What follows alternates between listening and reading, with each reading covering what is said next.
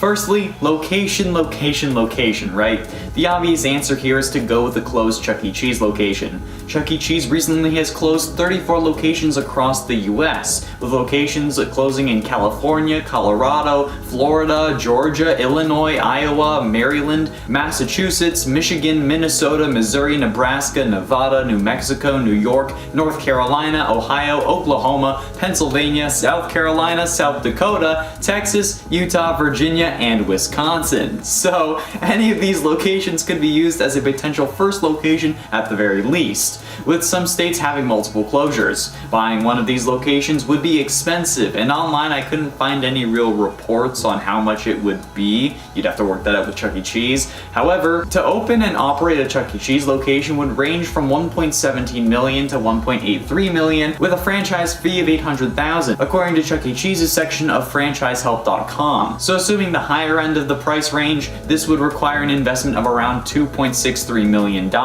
not taking into account that these locations are closed and they're probably just looking to break even on it and maybe not make money. But which state should we be selecting? Well, looking on Google Trends, we can actually see what states search for Five Nights at Freddy's the most. Looking for the search term Freddy Fazbear's Pizza, since that would be the name of the location, we see Virginia searching it the most over the past 12 months as of April 2021, followed by Florida, Pennsylvania, Illinois, and Texas in that order. Comparing that to our list of states, Virginia is the state with the highest search and has a close location in Fredericksburg. And I don't know about you, but the fact that it's in Fredericksburg, like Freddy, that seems like fate to me. But there is also the thought of Florida, who is the second most searched and is only slightly less searched, so it's like a close second, and has multiple Chuck E. Cheese restaurants closed, located in Miami, North Lauderdale, Miami Gardens, and Green Acres, so there is room for expansion. Florida is also a popular tourist spot thanks to the Disney park in Orlando, where I would go with my family. I think we went 2 or 3 times. So it's probably a better idea to go with Florida's Miami location, even though Orlando and Miami aren't really that close, but it's still centralized, okay? And everything's open in Florida, so you can start work on it right away. So the Miami Chuck E. Cheese location is the first one to be bought by Scott Cawthon. What would it look like? Well, many fan creations always make it appear the same as just a normal Chuck E. Cheese, but replacing the logo and text. Probably the most famous one being the image used in MatPat's old FNAF theories. But we could take this one step further. Since the inside of the restaurant is already seen in-game, we can take that same design concept and just convert it to real life. I feel like that's pretty obvious. With the red and black squares along the wall, potentially outlined with additional decoration. You would also need to either replace or repaint the tables and booths and stuff like that, along with replacing the posters on the wall and the banners hanging above. The purple would also be changed to another color, most likely red, or maybe more of the red and black square pattern we see along the walls in the first couple games.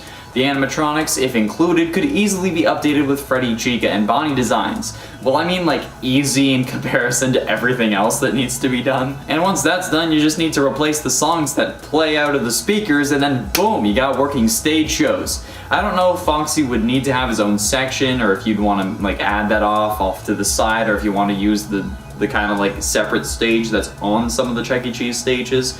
I don't know. It depends on the location, if it actually has one. But other than that, that's just more construction work. Now, what makes this different than your typical kids' play joint, you ask? While it does actually have the FNAF characters, not infringing on copyright because Scott would be doing this all himself, there is another aspect of the place that I think would make this even more unique and bring in more sales. FNAF is a horror franchise after all, and for some reason a whole load of these kids love being scared crapless by the many animatronics.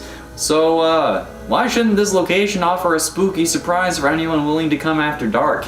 Much like how Security Breach will have a day and night cycle, why not let the restaurants have the same? Where instead of closing at 9 p.m, they swap to a creepy and horror-themed joint where the kids can come to get scared while eating pizza and playing games. The lights can flicker, you have people dressed up, like a year-round haunted house. We could even get some of the games we see in Pizzeria Simulator, like Fruity Maze and Midnight Motorist, and real physical arcade machines. All you need is a TV monitor. People do it all the time on YouTube. It would actually be an incredible idea that would suck in a lot more people and increase profits late into the night. This also works for adults who are fans of the series, who may not want to deal with the children and the kid-friendly atmosphere that the location would have during the day. This time frame would feature actors in the FNAF suits, but not Springlock suits because, well, we all know how that ends. But this would be just like a Halloween haunt for our Canadian friends or whatever Disney does. It's like Halloween Horror Nights or whatever it's called over there. People in costumes who can't touch but aim to scare, maybe jiggling some doors or hiring actors working as kids or patrons who get lured away, maybe even making a Nightmare Fredbear suit. There is so much that you can do. Oh, you can have like Foxy slowly peek out from behind it unless someone like looks or something like that. You can have him slowly peek out and then you can... Ah! Eventually, of course, you could expand, opening more Fazbear locations at the other closed Chuck E. Cheese's. And I feel like Chuck E. Cheese would be down for that too, because the resulting competition could help boost their sales as well, since there would be kids who don't want to go to a horror-themed joint at night, but have a newly ignited or rediscovered joy for pizzeria arcades and animatronic bands. And hell, even as a joke, you could open up Chica's Party World, because we all know that Scott's gonna have some form of like ARG with these locations if this is actually a thing. Scott, I have an idea for that too. Hit me up. The menu would serve pizza, obviously, but also themed meals like Chica's chicken wings or Bonnie's breakfast for dinner, since, you know, eggs. Maybe Foxy's flapjacks. It will definitely use a little work, but I'm honestly thinking it would taste and look incredible, both the menu and the food respectively. I have a design in mind, but let's be honest, I can't show my whole hand, can I? No, I actually gotta leave some stuff to actually hopefully make this a thing. So, cause you know, if there's some mystery, Scott might actually like, you know, cause we all know how he loves mystery. Well, first of all, let's get this out of the way instantly. If FNAF was real, it would be horrible. Just straight up. 5 kids would have gone missing in one of their locations and the company probably would have closed down. But let's assume that people would still end up going, whether it's because they didn't believe the lies or thought that the government made it up, or because it's their choice, or because they're a YouTuber who wants views. Why are you looking at me like that? Well, assuming that people still went to the restaurant because perhaps maybe they vanished around the area instead of inside the place, what would it be like to live in a real Five Nights at Freddy's? For a kid, it would be pretty awful, but you also wouldn't know it.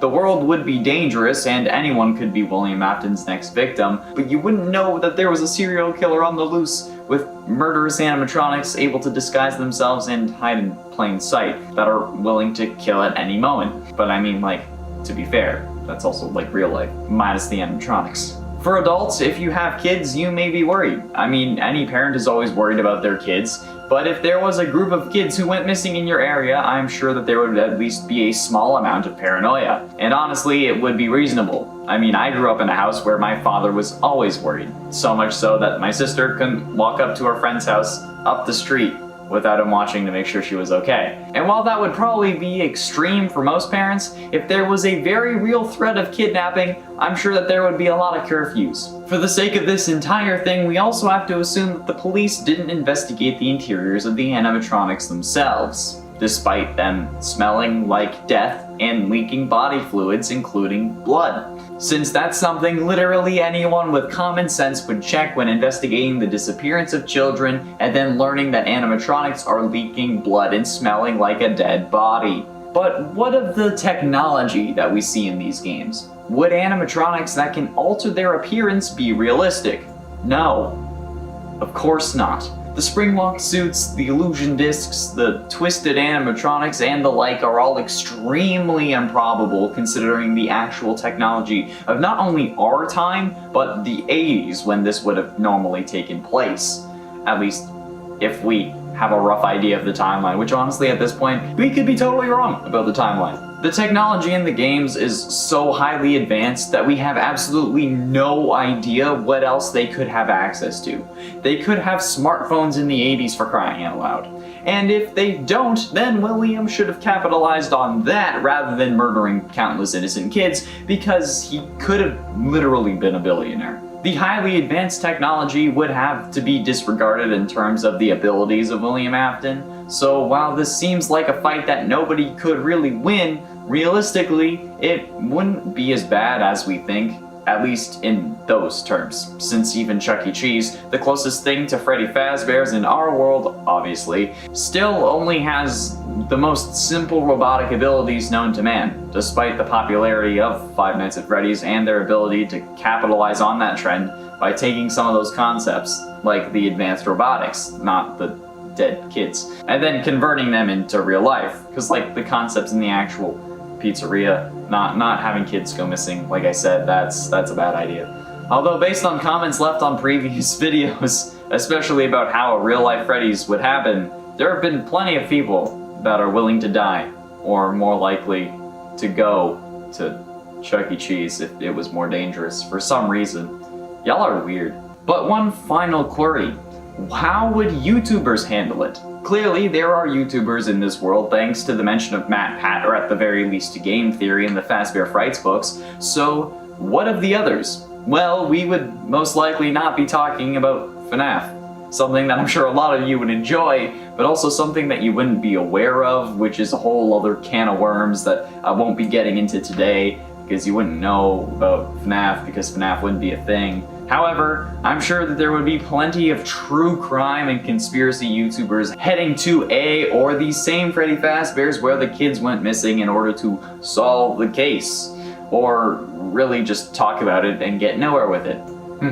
Sounds like someone I know. Since they don't have the clearance or the equipment to do an actual investigation, or on a potentially closed case. Shane Dawson would 100% have gone there for that same conspiracy theory video, and the psychic twins would definitely have showed up at some point and definitely sensed something, but not quite known what it was.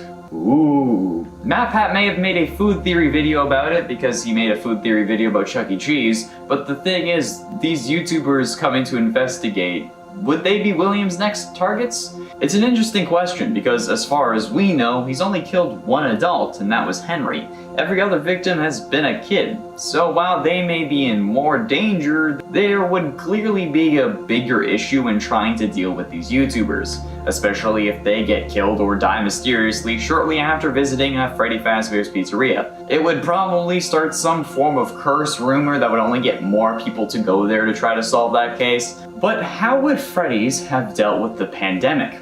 Would they have made enough to survive the years of quarantine? Or would they, like our Chuck E. Cheese, have to file for bankruptcy? Would they get to open their Pizzaplex? Or would some problematic tweets from William Afton rise and cause the restaurant to get cancelled for calling Chica a he? These are all good questions that we will never really have an answer for because, well, FNAF isn't real. And that's why people keep commenting that nothing in these videos is scary. No, it's not real. Can't actually hurt you. That's why it's not scary. Scary is subjective. Just relax. The menu is simple, since it's on a monitor and needs to be seen at a distance, with a red border and simple sans serif text describing the various dishes and listing prices, with images of the dishes of the four major characters on each of the screens. Freddy's Pizza, Chica's Chicken Wings, Bonnie's Breakfast for Dinner, and Foxy's Ultimate Nachos. I was going to do Ultimate Fries, but kids are going to find nachos more exciting than fries, even if the whole alliteration thing makes sense. And while the horror events are focused on adults, the majority of the fan base and patrons are going to be children. Hopefully not missing ones. Obviously, you can also offer alcoholic beverages like beer and perhaps margaritas for the parents of the kids during the day, and all the adults that will be coming in during the horror nights, more on that later. But other than that, it's a fairly straightforward menu. The menu has to be simple for the kids and anyone looking from a distance, and this is the kind of stuff I actually went to school for.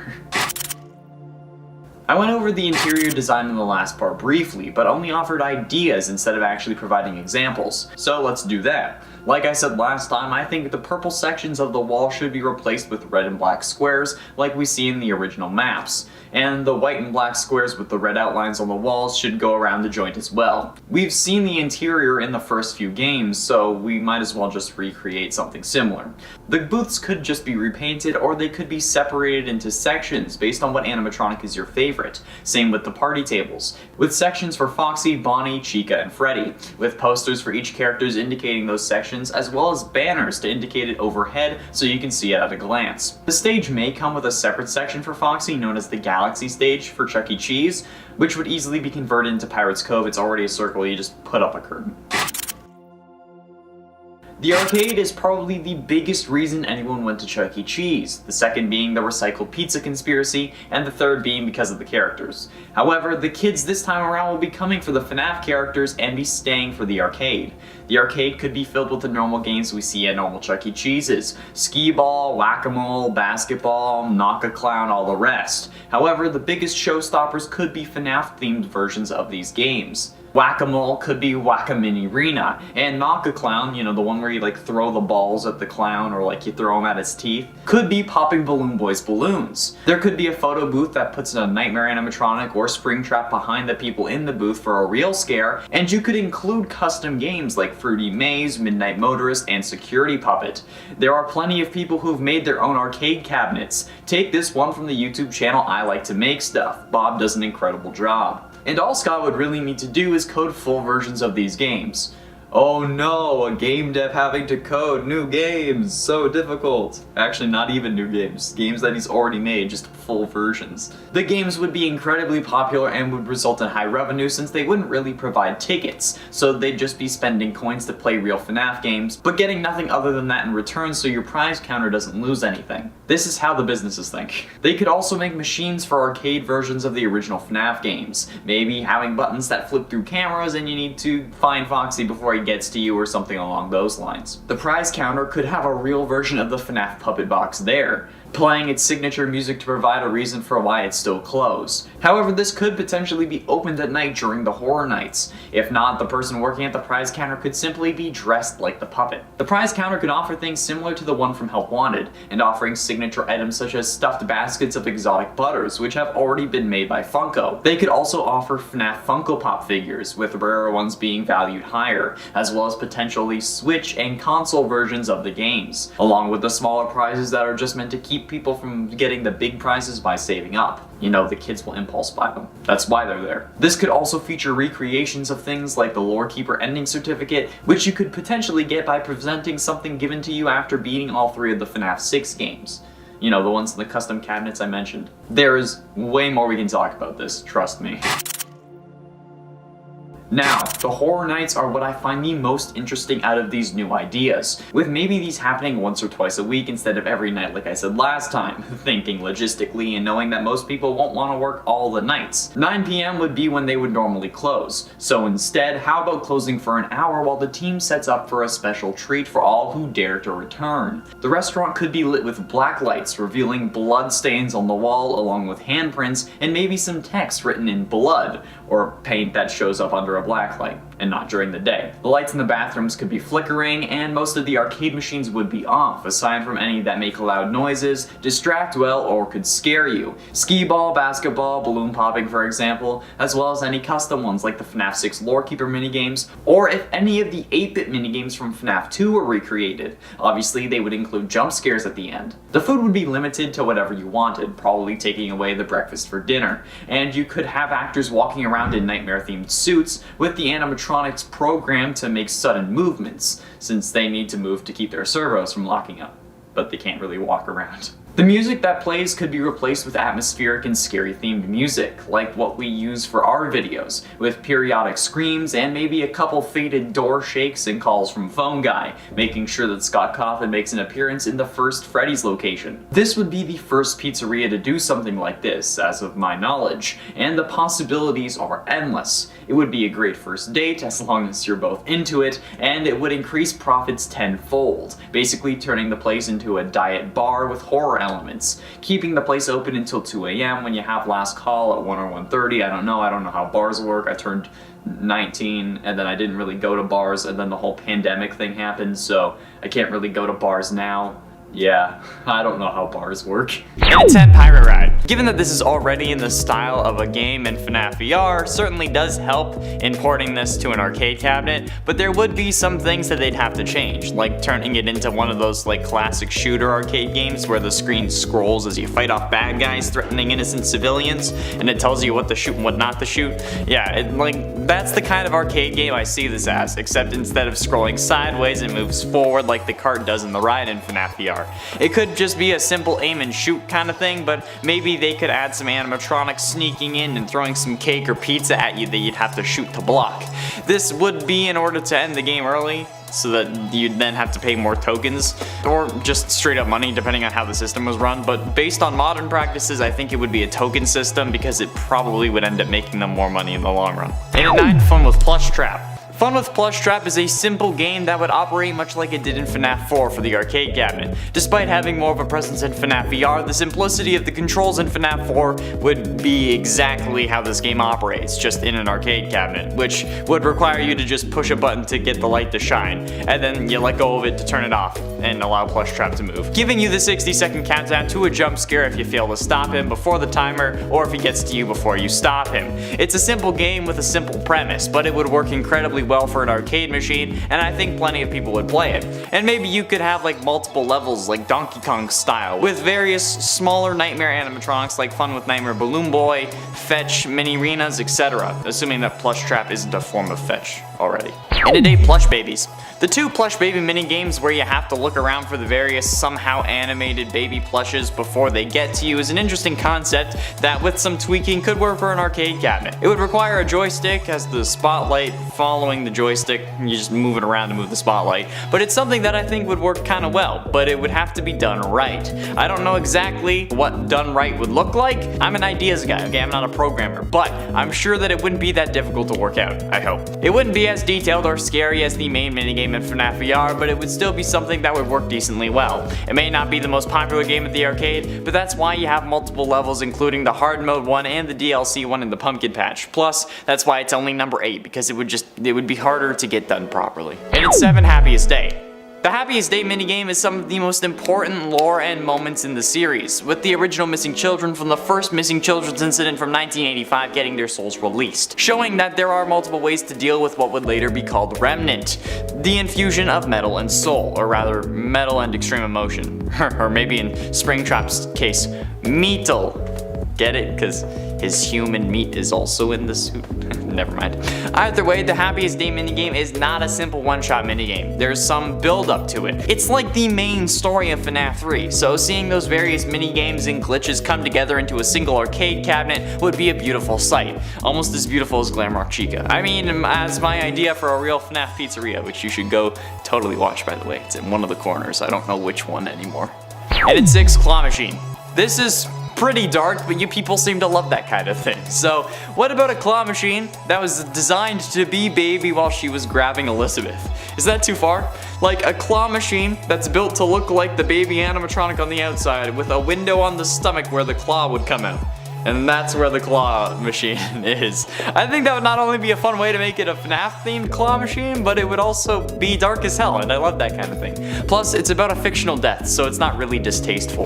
The idea also stands that this is something out of the box for this list, and I wanted to see what you thought about it, rather than just ranting on about the various minigames in the series for 10 minutes. However, it's time to get back to that, so moving on! Halfway through into number 5, Corn Maze. Corn Maze is one of the most stressful games in all of FNAF VR, compared only to the likes of the hallway from that very same DLC. Corn Maze revolves around you walking through a maze made of walls, not corn, for some reason, in search of colored keys. These keys unlock their respectively colored gate and result in you winning. However, Grim Foxy is chasing you and he always knows where you are. The only way to really get him off your tail, pun intended, is to hide behind cardboard cutouts after he notices you. The maze is also filled with clusters of crows that will alert Foxy to your location if stepped on, which will result in him finding you faster, as well as scaring the living hell out of you. This game, in the same vein as the Help Wanted flat mode version, but controlled with a joystick and buttons, would work incredibly well, and you wouldn't have to find all 4 keys to unlock a secret one. You just don't have a secret one, and you're golden. Man, I'm a genius. And at 4, Security Puppet. Ah yes, Security Puppet. One of the 3 mini-games required to play through to completion for the Lore Keeper ending of FNAF 6. And let's be honest, you should always play mini-games through to completion, otherwise it's just mean.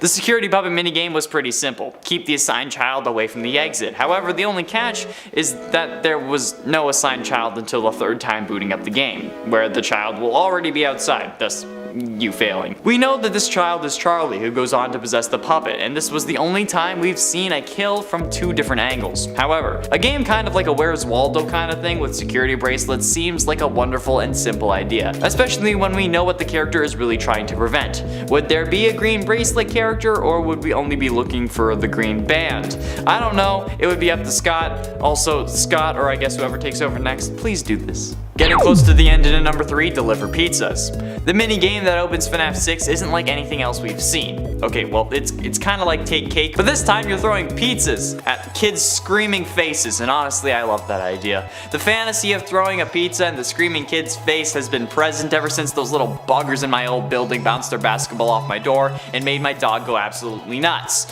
But even without my secret thoughts, this would still be a fun arcade game, and I'm not letting you fight me on this. The difficulty of the game was already defined even before the real FNAF 6 started, and it was cool. But then throw in added difficulty of it being a full game and you have a whole new experience. At least, I think it would be at least, so can't be sure unless we try. Penultimately, in number 2, Midnight Motorist. Midnight Motorist is another one of those games that you could test in FNAF 6 that just feels right. The game is pretty simple, but it's certainly exactly what we need in an arcade cabinet at a pizzeria. A game for the short attention span of a child. You simply drive around until you run into 3 things, then boom, it's game over. You get tickets based on how far you went, or it's one of those lame ones where you don't get tickets at all because there's no feasible way to calculate that, which would also be kind of understandable. Or you just get 3. You know the ones I'm talking about. Midnight Motorist would make a good arcade game aside from the whole yellow guy mustard man debacle, so cut that part out and you're in the money, baby. Go forth and collect the king's tax of tickets and tokens. And finally, in at number 1, Fruity Maze. Fruity Maze, I think, was the obvious first choice here because while yes, the game does progressively get darker, it doesn't have to. You can stick to the original like level 1 Fruity Maze motif. Add a proper goal or objective and then have a weird FNAF version of a Pac-Man style game. Boom, you're done. Just don't make it depressing and allow the player to continue as long as they can, just like a normal Pac-Man game would work, and you're good. And you're golden. Golden Bonnie, dare I say. And maybe throw in a certain level where it's like the messed up dog, flowers, and blood kind of thing just to make sure it's authentic, because knowing these comments, you'll all be disappointed and even get mad if these things don't turn into something dark and twisted. I don't know about something like new being added to the series in the real world, but like, I don't know if you'd want that to be twisted and disturbing. Like if it was a new arcade game, for example, but something like Fruity Maze, you'd insist on it. So yeah, I know you're all sick, and I love you for it. So there's always been this desire from the community for a real Freddy Fazbear's, and it's been present since the first game, because for some reason they all think that it's a good idea to have a restaurant whose fictional series is built around the murder of unknowing kids to have a real world counterpart. And while I do believe that it would make an incredible amount of money, and it could be an outlet for Scott to divulge some more lore to us, there are plenty of sick people out there. So sick in fact that they might just want to recreate the games and may just take on the role of William Afton. And plenty of people have said that they're willing to die at a real Freddy Fazbear's as long as they get to contribute to making the FNAF story real. And that's honestly probably why Scott has at one point said that he didn't want to make one. But is this really the case? Has Scott just ignored the massive opportunity he has in front of him in the form of a real Freddy Fazbear's? Well, maybe not, but it's definitely not going to happen anytime soon. Let me explain. We know how dedicated Scott is to dates, both in-game and IRL, when releasing or talking about his games. He released FNAF 2 87 days after the first, like how we were all focused on the bite of 87 from the first game. Any date that he has put in the series has been solid, and even if things are changing, he always stuck to the bite of 87 and the bite of 83. Dates have always been important to Scott. And as any fan of the series that has at least tried their hand at their own timeline can tell you, FNAF 3 takes place 30 years in the future. In fact, the events of FNAF 3 take place in around 2023. And while that's quite the coincidence in-game, because like 30 years in 2023, I don't know why I think there's a coincidence. I think just maybe because they both have 3s. Anyway, the thought is that perhaps, while we may not get a real Freddy Fazbear's this year or the next, that 2023 is a possibility for when a real Freddy Fazbear's or even a real Fazbear Frights could open. I mean, if he started planning now, it would definitely take a while, right? Hell, maybe he's already started planning, but now he has to wait because of COVID, or he's just planning on opening it up in 2023. And by Fazbear Frights, I mean the location of the third FNAF game, not the book series. And I mean, they are going to need a set for the upcoming FNAF movie, whenever it ends up going out, so maybe this is all just getting us prepared for a real FNAF. I mean, there was that Nicolas Cage FNAF movie ripoff that I'm sure was just a cash grab trying to capitalize on the FNAF movie hype before the actual FNAF movie came out. But could this be what Scott was planning from the beginning? Getting everyone hyped for the possibility of a real location, or what a real location would look like in his mind with the movie and the books which expand on the lore, because he was planning to open one for 2023 at the same time that Fazbear Frights would have opened in the FNAF universe. It would make sense, especially for Scott. And he's really running out of ways to give us more lore hints at this point. He's already released 3 full novels along with like 9 books that all have 3 shorter stories inside. And those, and especially the Fazbear Frights books, yeah, don't think I didn't notice the name, all had insane lore clues that helped us distinguish parts of the series that we had been previously confused about. Like how William had survived being in a blocked off room for 30 years without food or water because he was possessed by a kid. It also explains how he survived the fire from FNAF 3 and FNAF 6, and how he managed to get a hard drive in order to possess it before FNAF VR so it could get scanned into the game and then he would become basically immortal. But now we've seen source code being used as a clue, the names of photo files that we've had to access with Notepad being a clue, audio files, voice actor listings. Hell, at one point I decoded the name of a color and how it relates to the Emily family as a clue. Not to mention the countless hours of searching through all the games and then the logbook and oh my god. And yet still nobody has figured out FNAF 4. There aren't many new things he could do to bring us innovative ways for hints, unless that's what this place would be for. And he used this place as an ARG of sorts, where you can get lore clues and maybe even some answers to things like FNAF 4, or even who caused the bite of 87. So we can have a definitive answer instead of being stuck on either Mangle or Toy Chica or Golden Freddy. Hell, pull a WandaVision and base the series off a new decade each week so we can actually be there for the bite of 87 when it takes place and then gets shut down and then it reopens the next week as a new decade. Huh? And for those people saying Scott already said he wouldn't do it, first of all, people change their mind all the time, whether the reason is financial or not, and this place would be a huge success, especially after Chuck E. Cheese closed over like 30 locations. The timing couldn't be better at this point, honestly. The big problem with this is the danger, and while I'm sure Scott would have as many security measures as he could, we need to remember what the story of the games is. It's about kids dying in these restaurants, and by one of the creators of the restaurants no less. I'm sure that Scott doesn't want to end up like Henry. These issues only heighten when you look at the discussions on this. I've seen comments on our videos talking about how they'd be happy to get stuffed inside of Freddy, and how they'd just be happy to die in Freddy Fazbear's. I'm not even going to make a joke about how you would rather want to be stuffed into Toy Chica, but also the comments about how they want to kill someone in a FNAF location, or how they want someone to kill someone in a FNAF location.